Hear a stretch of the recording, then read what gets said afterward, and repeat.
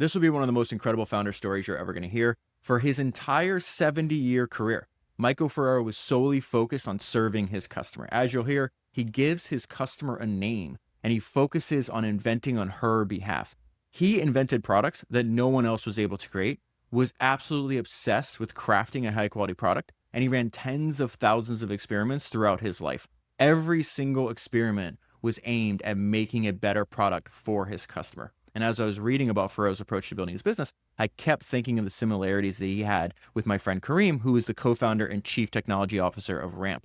Kareem is one of the greatest technical minds working in finance, and I spent a lot of time talking to him, and every single one of our conversations centers around his obsession with crafting a high-quality product and using the latest technology to constantly create better experiences for his customers. You'll see a lot of similarities in this episode because Michael Ferrero was like this too. Kareem was one of the most talented technical teams in finance. They use rapid, relentless iteration to make their product better every day, just like Ferrero did. And so far this year, Ramp has shipped over 300 new features. Ramp is completely committed to using AI to make a better experience for their customers and to automate as much of your business's finances as possible. In fact, Kareem just wrote this. He said, AI is all I think about these days. It is our duty to be first movers and push limits so we can make the greatest possible product experience for our customers. That sounds a lot like Michael Ferrero's approach to using a combination of craftsmanship and rapid iteration to invent new products for his customers. Many of the fastest growing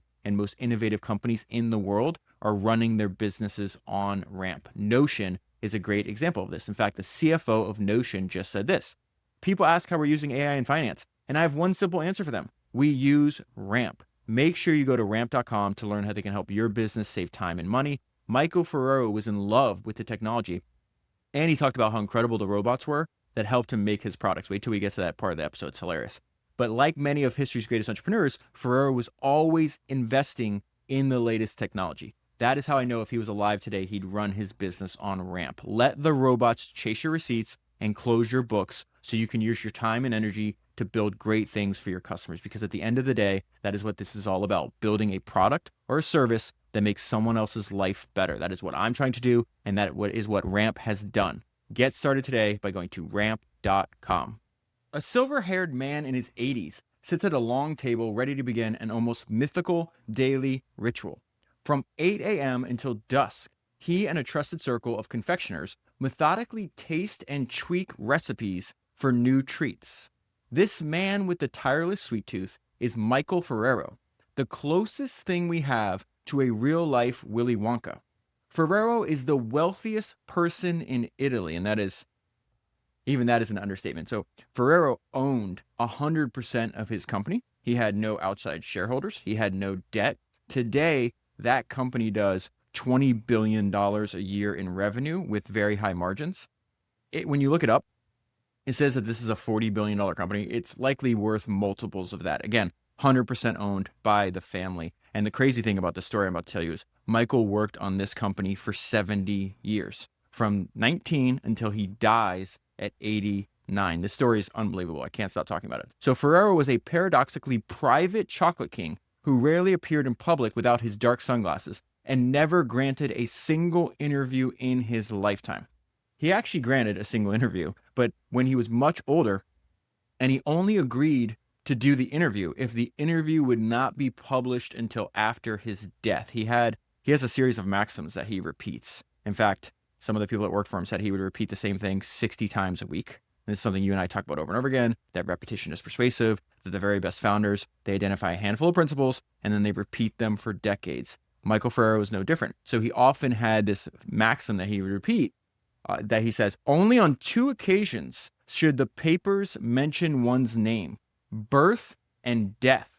Yet behind the guarded doors of his empire, he was a relentless innovator, personally inventing globally beloved products like Nutella, Kinder, Tic Tacs, and Ferrero Rocher. In his tasting room, Ferrero pursued perfection with monastic devotion. It was a scene equal parts humble workshop and secret laboratory. Ferrero's weekly routine embodied the blend of tradition and modernity that defined his company. Each week, he would commute by helicopter between Monte Carlo, where he lived, and his center of operations in northwestern Italy. He kept a secret lab in Monte Carlo. Actually, I have to tell you this part now too, because it's just too good to save for later. This is very much a family business, and Michael wanted to make sure that his two sons could run the company after he was gone. So he technically retires when he's in his 70s so that his sons can take over as CEO. But he still shows up to the factories, still goes into the stores where his products are sold to interview customers, and he sets up a private laboratory at his house so he can still run experiments and invent new products. That is a hilarious definition of retirement. At the factory, workers knew him as Mr. Michael. So his name, obviously in Italian, is Michele. I'm going to use so I don't butcher all these Italian words. I'm going to translate it obviously to English. That's why I'm calling him Michael. So they would call him Mr. Michael. They looked at him more of a father figure than a boss. In Monaco, high society barely saw him at all. The reclusive billionaire preferred tinkering with chocolates behind closed doors.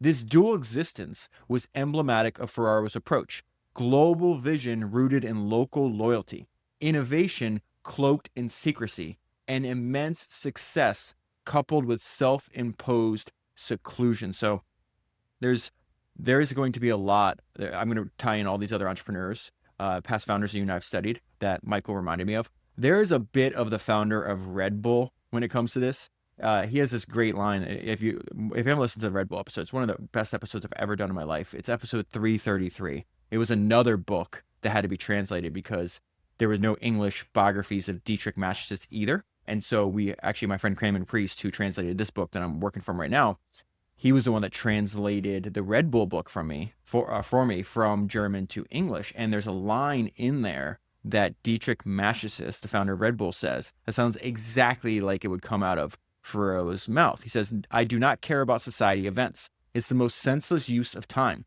When I go out from time to time, it's just to convince myself that I'm not missing a lot." So there are no biographies in English of Michael Ferrero. I just said my friend Cameron Priest translated one from Italian and he sent it to me. So what I'm going to do is I'm going to continue to give you the overview of his life. And then I just want to rip through a bunch of interesting ideas that I found in the book.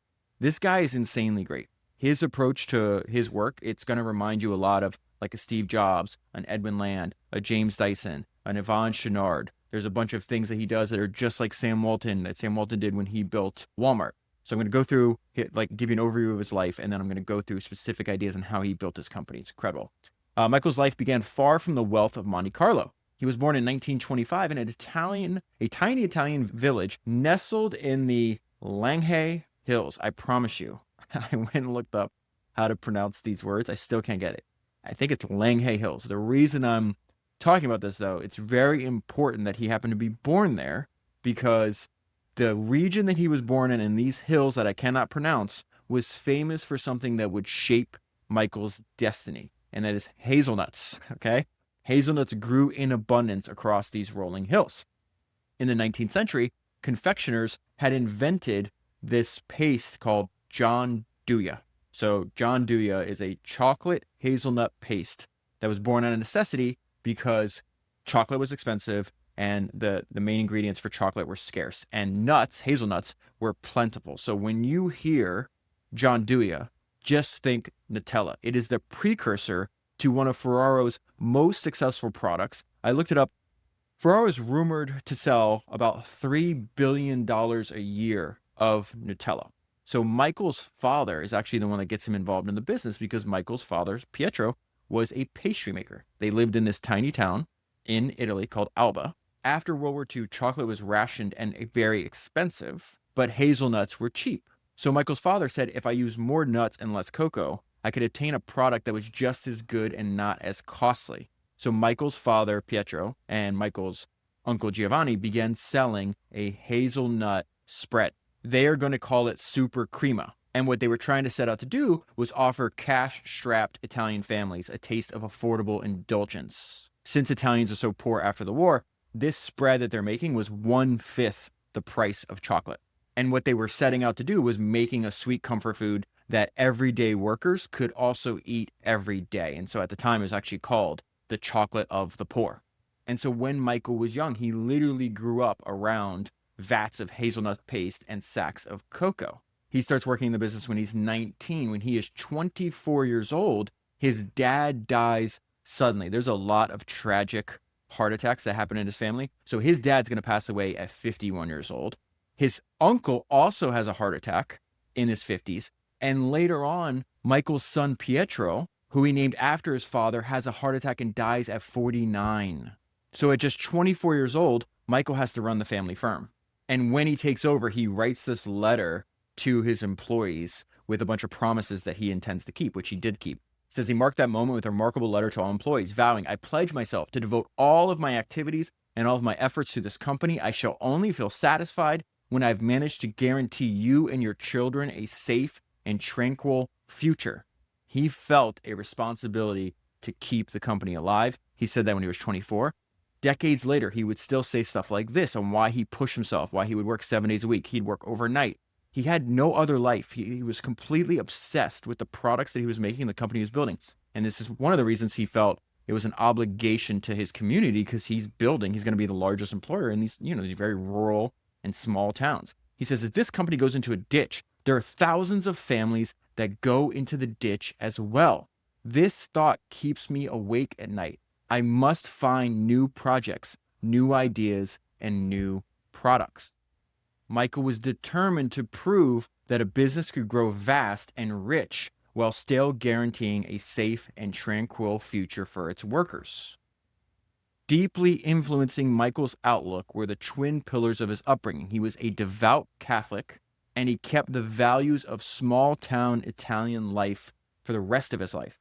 He talks over and over again about the importance of prayer, of meditation, of putting his faith at the center of everything he's doing. In fact, he had a shrine of Madonna placed in every single factory and office, no matter how big the company got.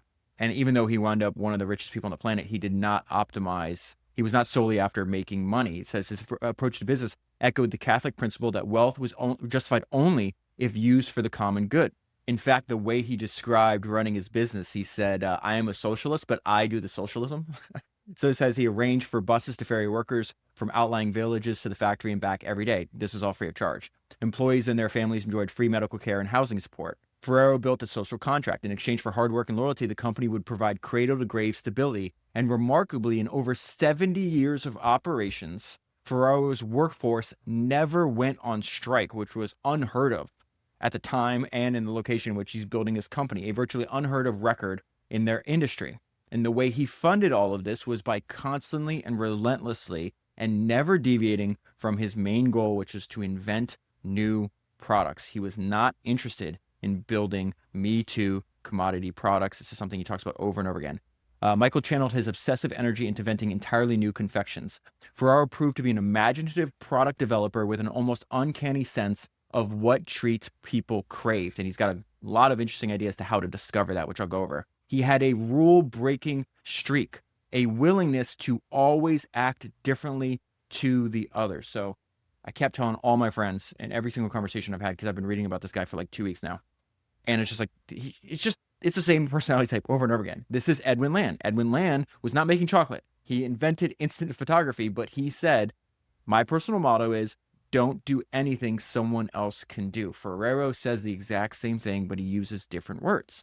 James Dyson, again, not making chocolate, making vacuum cleaners, and he says difference for the sake of it. They are the same person. And they give an example. Take, for example, the launch of Kinder Chocolate, which is now one of the biggest brands by revenue. Conventional wisdom held that children's sweets should be simple, but Michael introduced a candy bar explicitly designed for kids. It was a milk chocolate bar with a creamy milk filling, marketed as a treat that parents could feel good about giving their young ones. The Kinder line soon expanded into an entire range, most famously the Kinder Surprise Egg, which Michael introduced 10 years later. It hid a tiny toy inside a chocolate shell to capture the joy of Easter, but year-round. Michael's inventions often blended playfulness and indulgence, acknowledging that candy was as much about emotion as flavor. In fact, he didn't call what he was making candy or confections. He called his inventions comforts. Now, I knew all about Ferrero Rocher. It's probably my favorite chocolate. I knew all about Nutella. I didn't know that the same guy invented Tic Tacs. So it says Ferrero launched the Tic Tac, these petite pill-shaped mints ingeniously packaged in a flip-top box that dispensed 1 mint at a time, were a world away from chocolate. Yet they bore Michael's hallmark traits: an innovative form factor, obsessive quality control, and global appeal. Now, this may sound ridiculous. I don't even know. But I never thought of creating new chocolate products as inventions until I read and understood what went into his thinking behind every single one of his new products.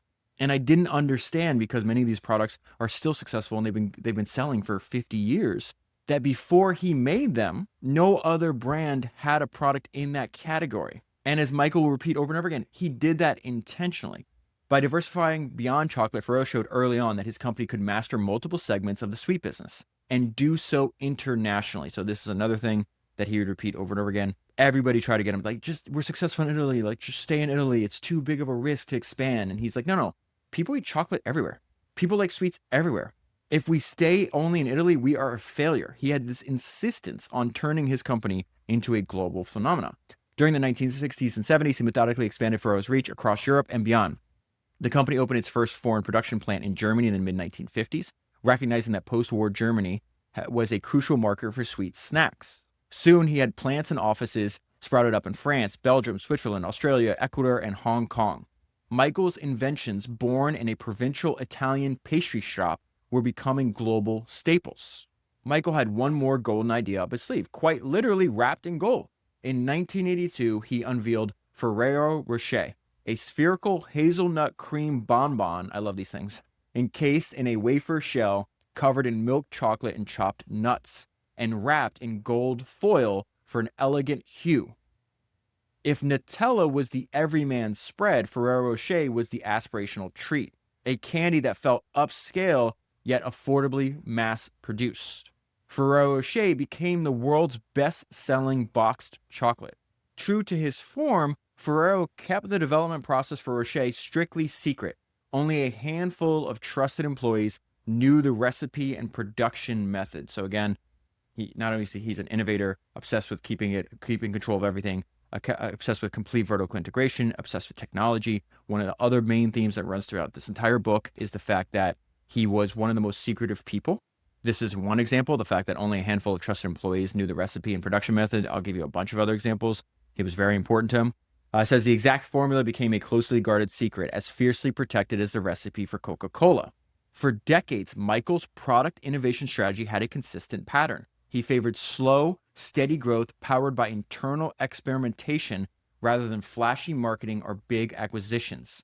It takes time to make a good product, he said. And time was something that Michael was willing to take. This is another thing that he's going to repeat over and over again, that he felt the fact that he owned all of his business, that he had no outside shareholders, that he wasn't listed on the stock market. It gave him the ability to experiment and be patient with his products. In some cases, he would work on a product that he truly believed should exist in the world, and it would take 10 years for the market to catch up. And so the product would lose money for a long period of time. And then 10 years later winds up being a massive success. He would talk about, hey, this is just a massive advantage that I have over my publicly traded competitors. New confections were painstakingly developed in secret tasting rooms over months and years, then rolled out in select markets to prove themselves. And this is another one of his interesting ideas, the fact that he loved doing these tiny little tests. So at the very beginning, he would test out a new product with a tiny number of existing customers. So let's say he invents like this new, boxed hazelnut or something like that. He would just send it to like 30 customers and see their response. He has all these unique ideas on how to test a product out on a small scale and secretly, always secretly, which I'll talk more about later. The boy who started as an apprentice in the family pastry shop had built over half a century, an empire spanning 20 factories worldwide, selling products in over 160 countries, utterly dominating with over 70% of the world's market for chocolate hazelnut spreads. Ferrero was secrecy itself. Michael was notoriously tight-lipped and protective, cultivating an aura of mystery around his company's operations. He never held a press conference in the first 65 years of existence of the company. He preferred to let his products speak for themselves. He avoided the limelight. In public, he always wore dark glasses and stood silently observing events from the sidelines.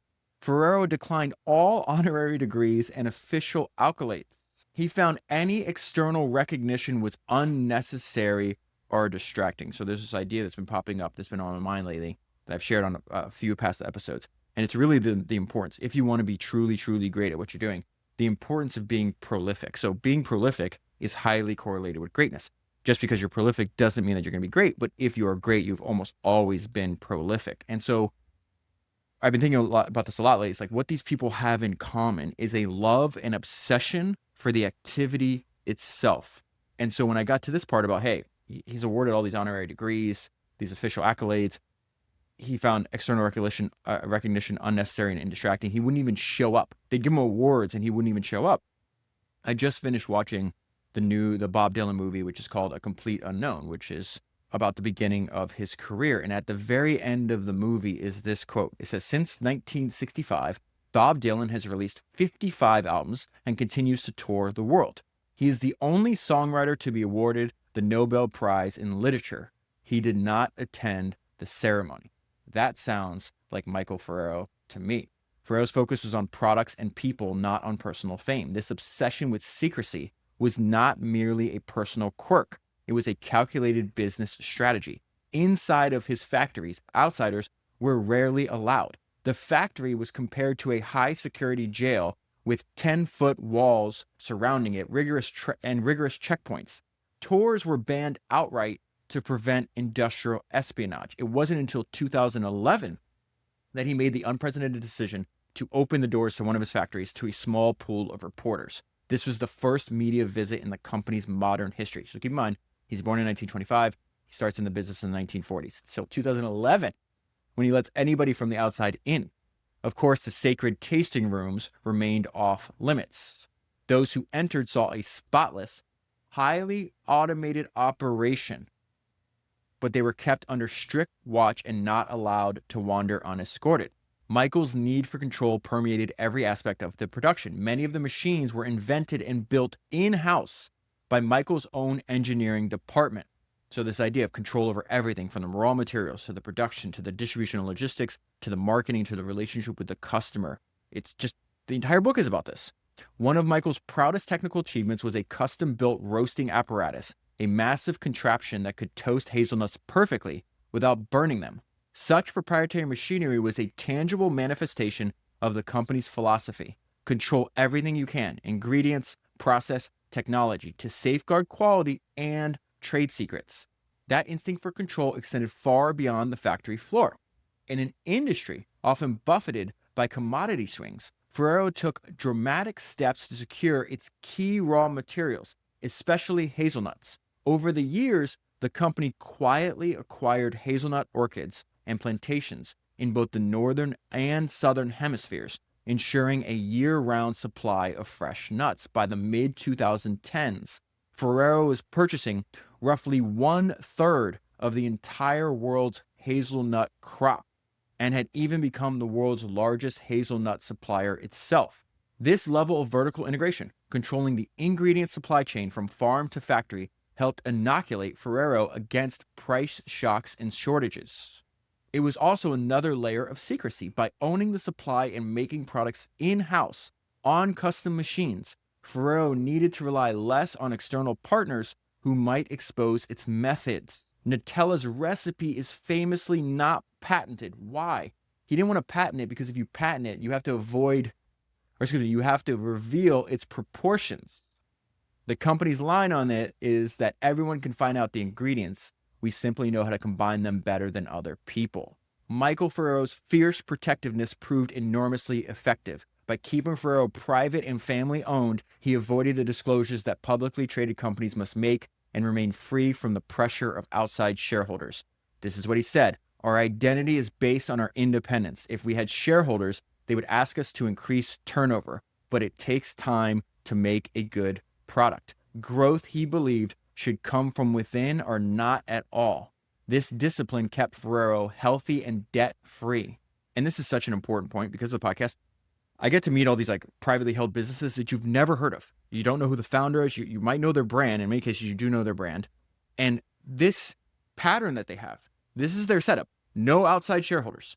In many cases, no debt. Just a very profitable business that just shoots off cash. And so you talk to them, and we talk a lot about their business and like what their plans are and everything else. And obviously, I think there's an element of trust because they understand how obsessed I am about this. And they probably, by the time I meet them, they probably listen to me speak for 100 hours about the history of entrepreneurship. And it's just, so in many cases, I'll like find out how much these businesses make. And just like, oh, like, yeah, just take personal dividends. Any cash that can't be reinvested in the business, we just take it as a family. And it's just like, yeah, my paycheck last year was, $600 million, which sounds crazy, but I've talked to several people like that. It's like, oh yeah, I made like 300 million personally last year, or 600 million, or in cases over $1 billion. I find these like family held private businesses, they're beautiful in their elegance and simplicity. And they are usually started by somebody like a Michael Ferrero, where he's like, hey, growth's going to come from within or not at all. We're going to be financially healthy and debt free. We're going to have no outside shareholders, no debt, just straight cash. this tsunami of cash that's coming out of these businesses. Michael Ferrero built a business that by the time of his death was among the world's top 3 confectionery companies by revenue, all achieved on his own terms of secrecy, quality, control, and long-term orientation. And before I move on, I guess the reason I bring that up is because they don't need outside investment, because these are not public companies, they shun publicity. So you don't even know, they're kind of like invisible. But this is not like a one-off occurrence. The amount of people that I know that I've met because of the podcast that have businesses like this. I just had a few days ago, I had lunch with a guy. Him and his partner own 100% of the company. He's the majority shareholder, and he personally made $300 million last year. And when I speak to him about his approach to his life and work, it is the same. The reason I bring this up, it's the same personality type over and over and over again. That's why somebody just bought the domain Church for Founders, churchforfounders.com. If you go to it, it forwards to Founders Podcast. It's exactly what it is. We're just talking about the same people over and over and over again. They're all obsessed with what they're building. And if you're obsessed with what you're building, you'll see these little details, how much they care, as we'll go through with Michael Ferrero today. Those who work with Ferrero noted that the intense secrecy hit a rather straightforward ethic. Again, they talk about their business in simple terms, very clear thinking, an insistence on excellence and a focus on making excellent products. No one can see him at work without being impressed by his dedication to the production of goods that can be sold on quality rather than price. So that's, again, Nutella starts out as, the chocolate for the poor. Over time, he's more interested in making the best product, a product that can be sold on quality rather than price. So his products average, they cost about 50% more than their competitors. And consumers, like myself, willingly pay it. This is just like James Dyson. Let me read from James Dyson's first autobiography. The best kind of business is one where you can sell a product at a high price with a good margin and in enormous volumes. For that, you have to develop a product that works better and looks better than existing ones. That type of investment is long-term and high risk, or at least it looks like a high-risk policy. In the longer view, it is not half so likely to prove hazardous to one's financial health as simply following the herd. I think if Michael was alive, and you could read that statement to him, I think he would agree with that statement. He had a lifelong dedication to doing things differently than what was already on the market, just like Dyson does. And again, you can go on Amazon and buy a vacuum cleaner for $40, or you can buy Dysons for $600. And people choose to buy Dysons because it's the best in the world. I have his vacuum. Obviously, I'm obsessed with the guy. It's my favorite, probably my favorite founder. So obviously, and then everything that goes into the work he does, how he thinks about it, and actually makes his products more valuable. And so again, Ferrero's products on average cost about 50% more than their competitors. Michael often said that his greatest success was born from thinking differently, but in at least one respect, he was proudly traditional. He saw Ferrero as a family company above all. In an era where many storied Italian brands sold out to international conglomerates or were taken over by banks, Ferrero remained absolutely family run. Ferrero's wife and him, they had 2 sons, Pietro and Giovanni, named after his father and uncle.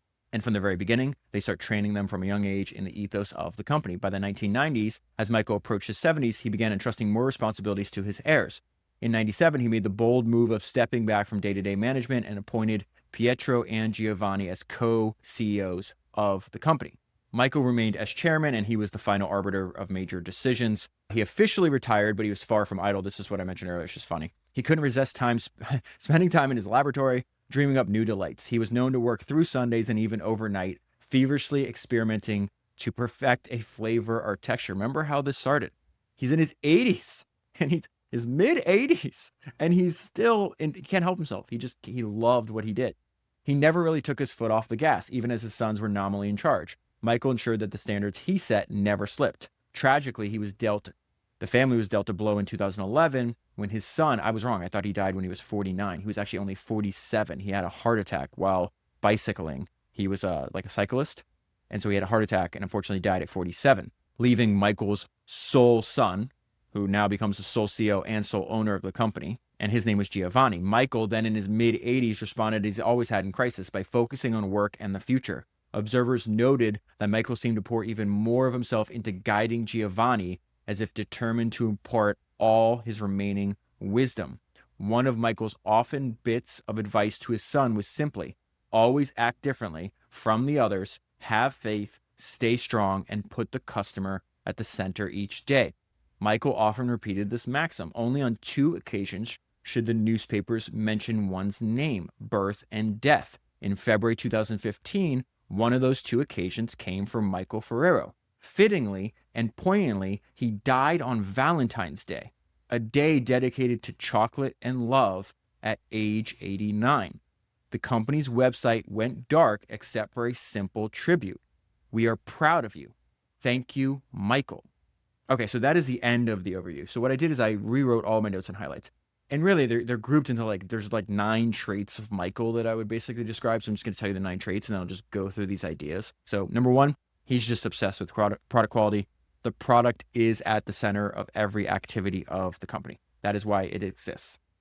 Number 2, he loved his business. He didn't want to do anything else. I don't think he was capable of doing anything else. He just couldn't help himself. Number 3, he was not interested in making Me Too products. He insisted on differentiation. Number 4, he believed in keeping secrets. Number 5, he believed creating wealth was a moral duty and that you must take care of your people. Number 6, he loved technology and he invested heavily in it. Number 7, he paid attention to every little detail. He believed if you do everything, you will win. Number 8, he was obsessed with control. He went to great, almost absurd lengths to control everything about his business. And number 9, he had an extreme focus on the customer. He actually named his customer, called her Mrs. Valeria. He considered Mrs. Valeria the real CEO of the company and is obsessed with pleasing her. And so you can kind of think about it as like, oh, we have millions and millions, I don't know, tens of millions of customers. He didn't think that was helpful. He's like, no, you have one. And it's you put a name on her. You think about your customers as serving an individual person. You do everything you possibly can to act in service of the customer. He's going to talk a lot about that. So just going to run through some of these traits and ideas that he had. So it says he possessed a genuine childlike passion for bringing joy through his creations. He said that doing good for others is doing good for oneself, and that is how you create wealth. It's a very interesting idea because that sounds almost exactly what Henry Ford said, which is one of my favorite maxims from the history of entrepreneurship, that money comes naturally as a result of service. Michael had a life characterized by monastic habits, discretion, no visibility, no interviews, religious faith, and a love of quality. Michael saw the poverty of his childhood and he never forgot it. He came of age in post-World War II. And in Italy at the time, there was a lack of supplies. Electricity was even scarce to come by. Chocolate was considered a luxury. So for his entire life, he never forgot how bad things could get. And when he found other people struggling in poverty, he would always give money to people in need. And he always did this discreetly and he never publicized it. The growth of the business is hard to imagine because at the very beginning, they only had 2 machines that operated on electrical power. Everything else was done by hand. And another obsessive in Italy, in a very different industry, was also starting out and starting his company under these very same conditions where it was very hard to find any kind of machines. And even if you did have machines, you couldn't find electricity. And his name was Enzo Ferrari. Michael had a lifelong habit of going on long walks to think. His mind was perpetually turned towards the future. He did this his entire life. But at the very beginning, he was walking through all these hills where the hazelnuts grew. So this is what I mean. He goes to just absurd lengths. He does stuff that you would never even consider. He felt that the air that he was breathing was so conducive to thinking that he hired architects to recreate the characteristics of those walking paths in his office. They exactly replicated the characteristics of the air in the hills at about 600 meters in altitude. This is a level of obsession that's very rare to come across. He would take existing and oftentimes more expensive products and see if he could improve them. Some of what he learned by doing this, he would use 20 years later when he launched Nutella. So last week I did this Jimmy Iovine episode, and Jimmy Iovine is a record producer, right? He's a music producer. And Jimmy did almost this exact same thing. Jimmy would take old songs and say, hey, this is an old successful song. Can I improve it? And he was doing this as a form of practice to get better at his craft of music producing. I really like this idea of both Michael and Jimmy. It's like, hey, there's an existing product out in the market. Let me just grab it and see if I can actually improve upon it. Before going into the family business, Michael's actually studying accounting, and he's studying it. He never went to college. So this would be our equivalent of high school, but he's not really studying accounting. He's studying chocolate and hazelnuts. So as a student in class, he would be mixing hazelnuts and chestnuts together to figure out the right mixture. So during class, he would crush hazelnuts, then use a pencil sharpener to reduce them to tiny pieces. Then he would peel chestnuts, chop them up, and then combine them with hazelnuts. And he was very much you would consider him a scientist, because he would take note of how much each ingredients he was using. Then he would combine them. And while he's in class, he would ask his classmates to taste his concoction. And if they said, oh, this tastes terrible, his classmates said that he refused to give up. They would say, okay, I must have got the proportions wrong. I will try 2/3 hazelnuts and 1/3 chestnuts. You will see it will definitely get better. This obsession was present at a very young age. He brings a friend down to the basement and shows his friend this machine that he's building. Now, keep in mind, this is during World War II. His friend thought it was a machine gun. And Michael's like, no, it's not a machine gun. It's a machine for making chocolate. When the war is over, I will finally be able to devote myself to this full time. One thing he was adamant about is that he wanted low employee turnover. He wanted you to have a lifelong job at Ferrero. Many people worked with him for more than 3 or 4 decades. Their kids would be born, they would grow up, and then they would come to work at Ferrero as well. When they let in the reporters for the first time, 60 years into the history of the company, they remarked that how many of the relatives were related to each other. And they would talk about what Michael would do for them. So he would show up and he would make coffee for the factory workers before they arrived. He would bring hot chocolate to the people working on the night shift. He would ask them questions about what they're seeing on the factory floor, what was going on in their personal lives. He traveled with some of his employees to see machines that they could use production. They went and traveled to Germany. One of his employees wasn't feeling well and decided to go back to his hotel room. Michael shows up a short time later with herbal tea and wanted to see if there's anything else that his employee needed. He believed that creating wealth was a moral duty and it was imperative to treat your employees well. There was so much demand for the products that they're making that he has to operate his factory 7 days a week. The local priest did not approve. Michael convinces the priest of the necessity of working on Sunday, and to compromise, he actually has them move the mass and hold it in the courtyard of the factory. He built up an advantage over his competitors by using this rural workforce model. This is what I mentioned earlier. So instead of centralizing operations inside a big city, he actually employed people from nearby rural towns. This allowed them to stay in their homes because at the time, so many people were having to move from their own communities to go into the city to where all the jobs were. And so he built a network of free buses that pick them up in the countryside, bring them back home so they don't have to spend part of their salary on renting an apartment in a bigger town. They could also spend more time with their families. He also insisted on building and controlling his own distribution system into the store. So most of people in his position would sell to wholesalers. He's like, no, I'm going to skip right that. I'm going to sell directly to the retailer selling my products.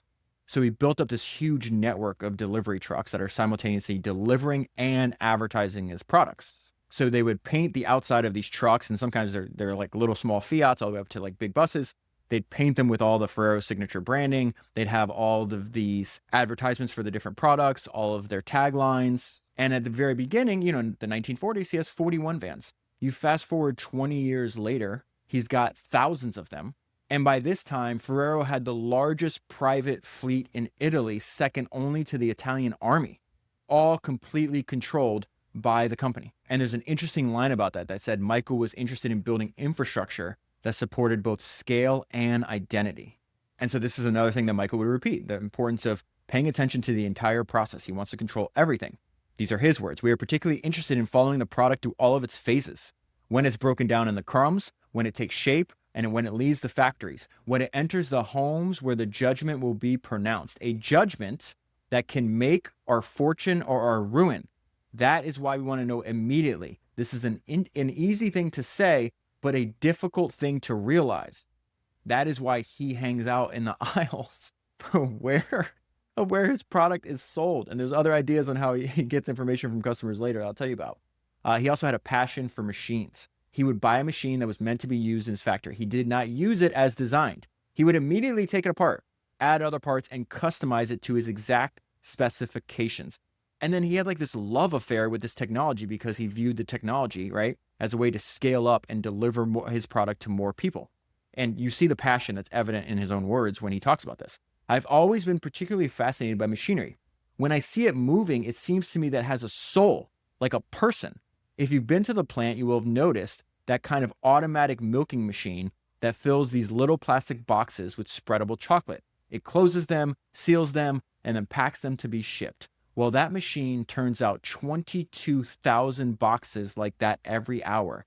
Isn't that a wonder?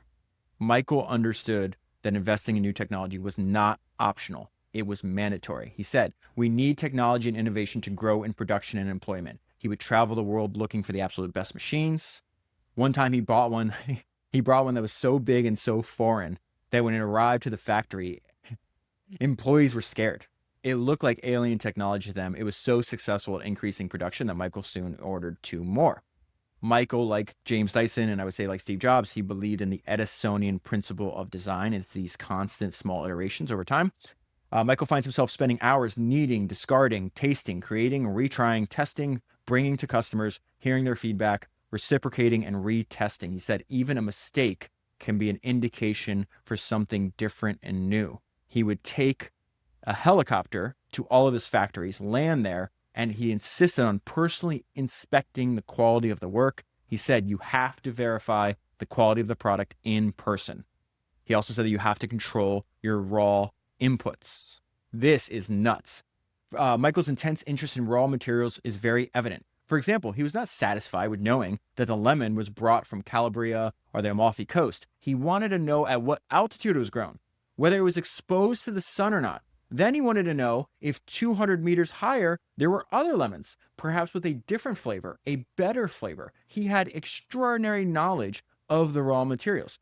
If you wanted to know all the details of an Indian mandarin, he could tell you in detail. He defined, oh, this is such a great idea. He defined the product as an orchestra, and each raw material had to be tuned according to the score of that orchestra. But he said, be careful.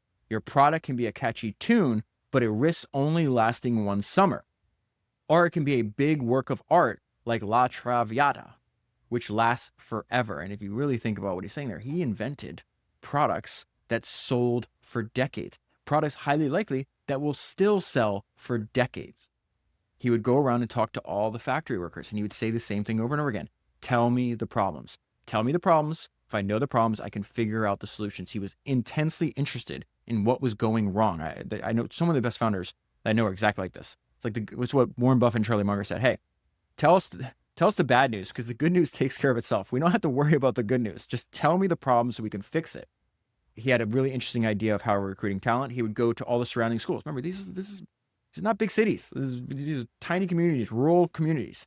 And so he goes around to all the different schools and he says, hey, give me the top 7 students in each class. He would then go and personally recruit them into the company. Michael was also obsessed with studying and knowing every single thing about his industry. When I got to this section, this is exactly what Sam Walton, they said, Sam Walton went into more retail stores than anybody has ever lived. He was obsessed with knowing everything that was going on in his industry. This description of Michael sounds a lot like Sam Walton to me. He knows a lot of things about the confectionery industry worldwide. He loves to read and study everything that he comes across. He spends hours and hours and hours in the laboratory. He tries to understand the taste of the public. He wants to know what others are doing. He wants to intercept signs of the future and uncover the latent desires of his consumers. He doesn't limit himself to replicating what others are already doing. Everything is tested and revised according to the needs of the company. It is not enough to see or know superficially, he said. One must understand. He was comfortable trusting his own judgment. People around him He didn't believe, this is what they told him, he didn't believe that people in other countries wouldn't love the chocolate he's making as much as the Italians do. Even if his initial attempts to export his products into other countries didn't work, he would try again. There was no option to not expand. He says, if we are nobody in Europe, we will be nothing even in Italy. He insisted on this. He also insisted on continuous innovation, the refusal of repetition, what is already known. This is what I meant about that great Edwin Land motto. I have a personal motto: don't do anything somebody else can do. He refused to repeat what everybody else is already doing. He wanted to search for new paths. He wanted to open up new horizons by differentiating from others.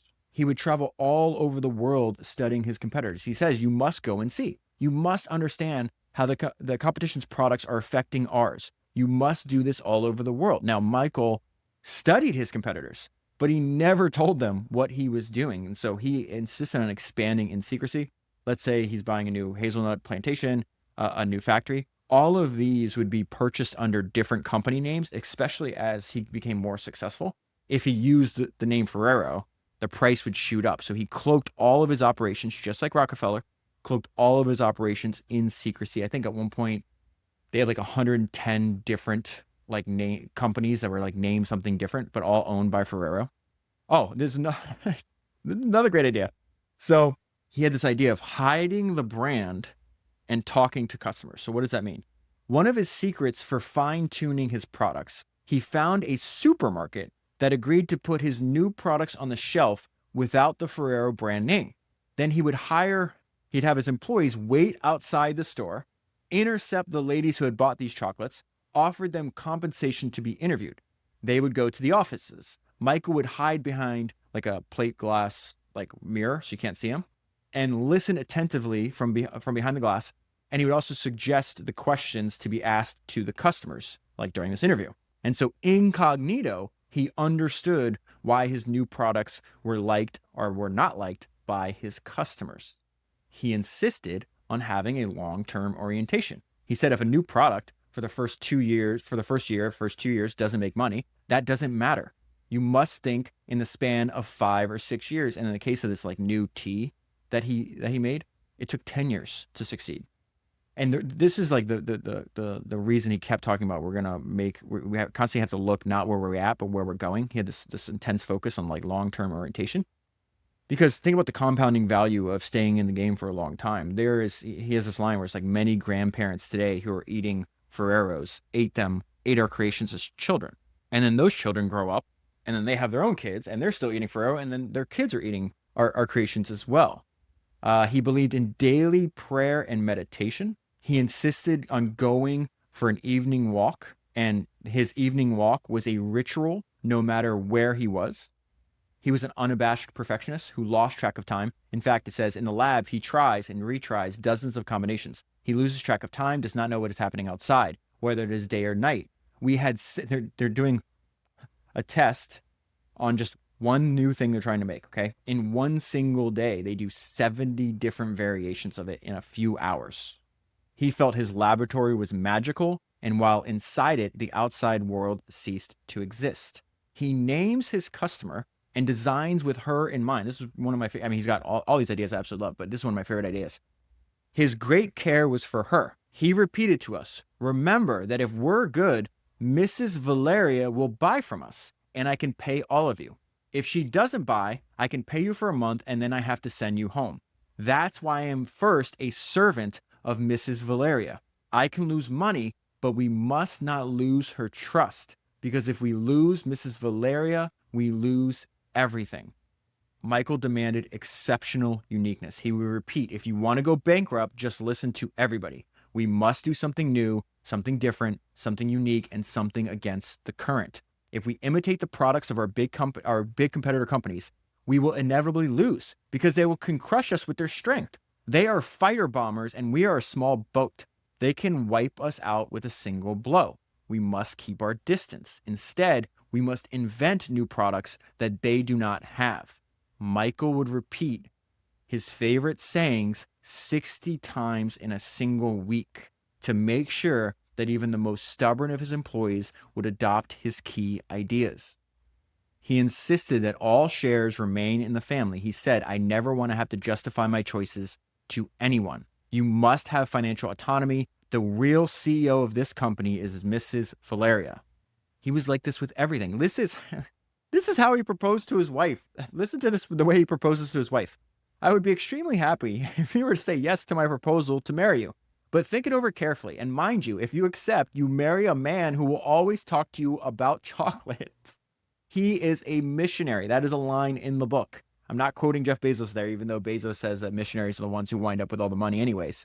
Obviously a missionary. This is what he says about this. And the next quote is not going to surprise you, I don't think, because he just got done proposing to his wife and saying, hey, if we get married, I'm going to talk to you about chocolate all the time. And he says, for me, work is a spiritual necessity. I was accustomed to it from a young age and I can't do without it. Only work has the ability to entirely absorb me. My greatest dream is for others to realize that I live for work. Michael believed in constant customer contact. How many of his competitors, the people running his competitors, the founder, the CEO of the company is hanging out and posting up in the chocolate aisle at some tiny little store in the middle of nowhere, just interviewing and talking to his customers. Doing this when he's one of the richest people on the planet. And he says the product must be put at the center of everything. Around the product, all of the company's activities must revolve. He says a company only justifies its presence in the market if its products manage to satisfy better than its competitors.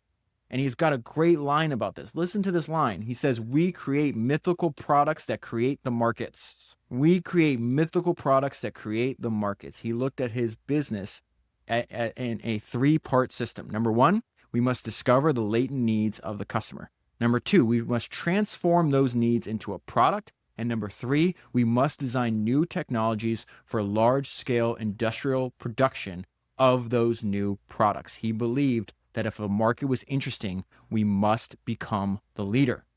One of his favorite metaphors for his outlook, he says, a good entrepreneur must be like a good skeet shooter, hitting the target by aiming not at the launch station, but further ahead, always with an eye on the long-term vision.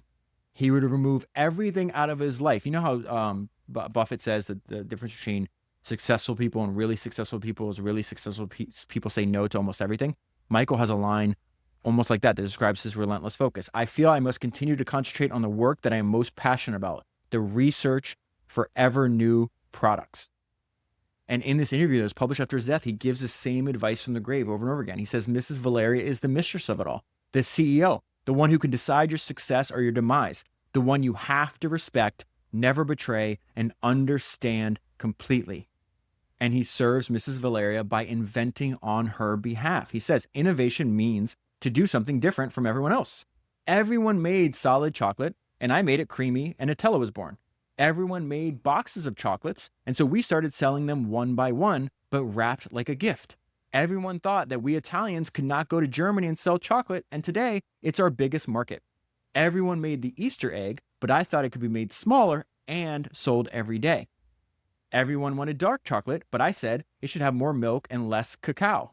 Everyone thought that tea could only be the kind with a bag and hot, and I made it cold and without a bag. And this tea did not take off for 10 years, but I did not get discouraged because I was convinced that it required time and that my intuition was right and that Mrs. Valeria didn't yet realize that it was what she needed. But then she did, and it was a huge success.